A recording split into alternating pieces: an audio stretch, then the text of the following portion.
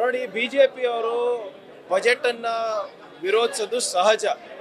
ಆದರೆ ಬಜೆಟ್ ಸನ್ನಿವೇಶದಲ್ಲಿ ವಾಕೌಟ್ ಮಾಡೋದು ಕನ್ನಡಿಗರಿಗೆ ಮಾಡ್ತಾ ಇರೋವಂಥ ಅವರ ಅವಮಾನ.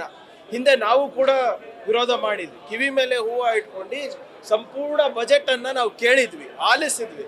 ಅದಾದಮೇಲೆ ನಾವು ನಮ್ಮ ರಿಯಾಕ್ಷನ್ಗಳನ್ನು ಕೊಟ್ಟಿದ್ವಿ. ಆದರೆ ಇವತ್ತು 10 ಪುಟ ದಾಟಿಲ್ಲ ಮಾನ್ಯ ಮುಖ್ಯಮಂತ್ರಿಗಳು, ಆಗಲೇ ಇದು ಬಜೆಟ್ ಸರಿ ಇಲ್ಲ ಅಂದ್ಬಿಟ್ಟು ವಾಕೌಟ್ ಮಾಡಿದ್ದಾರೆ. ಇದು ರಾಜಕೀಯ ಲೇಪನ್ನು ಹಚ್ತಾ ಇದ್ದಾರೆ ಕಾಂಗ್ರೆಸ್ನವರು ಅಂತ ಹೇಳ್ಬಿಟ್ಟು ಹೋಗ್ತಾ ಇದ್ದಾರಲ್ಲ, ಎಷ್ಟು ಮಟ್ಟಿಗೆ ಸರಿ? ಆ ಬಜೆಟ್ನಲ್ಲಿ ಇರುವಂಥ ಎಲ್ಲ ಅಂಕಿಅಂಶಗಳು ರಾಜ್ಯ ಹಾಗೂ ಕೇಂದ್ರ ಸರ್ಕಾರದ ಅಂಕಿಅಂಶಗಳು ನಾವು ಸೃಷ್ಟಿ ಮಾಡಿರೋದ? ನಾವು ನಮ್ಮನ್ನು ಸಾಲಗಾರರು ಮಾಡಿದ್ದೀರ ಅಂತ ಹೇಳೋದು ತಪ್ಪ?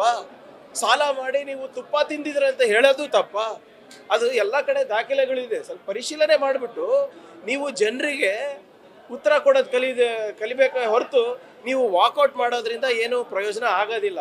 ಈ ಬಜೆಟ್ ಏನಿದೆ, ಸಮಾಜದ ಕಟ್ಟ ಕಡೆಯ ಮನುಷ್ಯನಿಗೂ ಕೂಡ ಆರ್ಥಿಕ ಹಾಗೂ ಸಾಮಾಜಿಕ ಸಮಾನತೆಯನ್ನು ಕೊಡಬೇಕು ಅಂತ ನಿಟ್ಟಿನಲ್ಲಿ ಈ ಬಜೆಟ್ ಇದೆ. ಬಂಡವಾಳ ಬರಬೇಕು, ನಮ್ಮಲ್ಲಿ ಉದ್ಯೋಗ ಸೃಷ್ಟಿ ಆಗಬೇಕು ಅಂತಲೇ ಈ ಬಜೆಟನ್ನು ನಾವು ಮಾಡಿರೋದು. ಸೊ ಆದ್ದರಿಂದ BJP ಅವರಿಗೆ ಇವತ್ತು ಮೊಸರಲ್ಲಿ ಕಲ್ಲು ಹುಡ್ಕೋದು ಬಿಟ್ಟು ಕನ್ನಡಿಗರ ಏಳಿಗೆಗೋಸ್ಕರ ಕೆಲಸ ಮಾಡಿ ಸಕಾರಾತ್ಮಕವಾಗಿ ಒಂದು ಆಪೋಸಿಷನ್ ಆಗಿ. Thank you.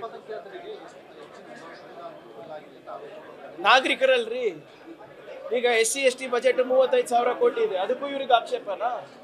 ಏನು, ವಾಟ್ ಇಸ್ ದರ್ ಪ್ರಾಬ್ಲಮ್? ಸಮಾಜದ ಎಲ್ಲ ಸಮಾಜಗಳಿಗೂ ಕೂಡ ನಾವು ನ್ಯಾಯವನ್ನು ಒದಗಿಸ್ಕೊಟ್ಟಿದ್ದೀವಿ. ರೈತರಿಗೂ ಕೊಟ್ಟಿದ್ದೀವಿ, ಯುವಕರಿಗೆ ಕೊಟ್ಟಿದ್ದೀವಿ, ಮಹಿಳೆಯರಿಗೆ ಕೊಟ್ಟಿದ್ದೀವಿ. ತಪ್ಪಂತಾರ? 52,000 ಕೋಟಿ ರೂಪಾಯಿ ಇವತ್ತು ಗ್ಯಾರಂಟಿಗಳಿಗೆ ಯಾವ ಧರ್ಮದ ಆಧಾರ ಮೇಲೆ ಹೋಗ್ತಾ ಇದೆ, ಯಾವ ಜಾತಿ ಆಧಾರದ ಮೇಲೆ ಹೋಗ್ತಾ ಇದ್ದಾರೆ? ನೀವು if you qualify for the scheme ನಿಮ್ಗೆ ಸಿಗ್ತಾ ಇದೆ, ಅರ್ಹರಿದ್ರೆ ಸಿಗ್ತಾ ಇದೆ. ಇವ್ರಿಗೆ ಅದಕ್ಕೂ ಕೂಡ ಇದು ಕಣ್ಣಿಗೆ ಚುಚ್ತದೆ ಅಂದರೆ ದೇವರೇ ಕಾಪಾಡಬೇಕು ಅವರಿಗೆ, ಅಷ್ಟೇ. ನ್ಯೂಸ್ ಫಸ್ಟ್, ನಿರ್ಭೀತಿಯಿಂದ ನಿಮ್ಮ ಪರವಾಗಿ.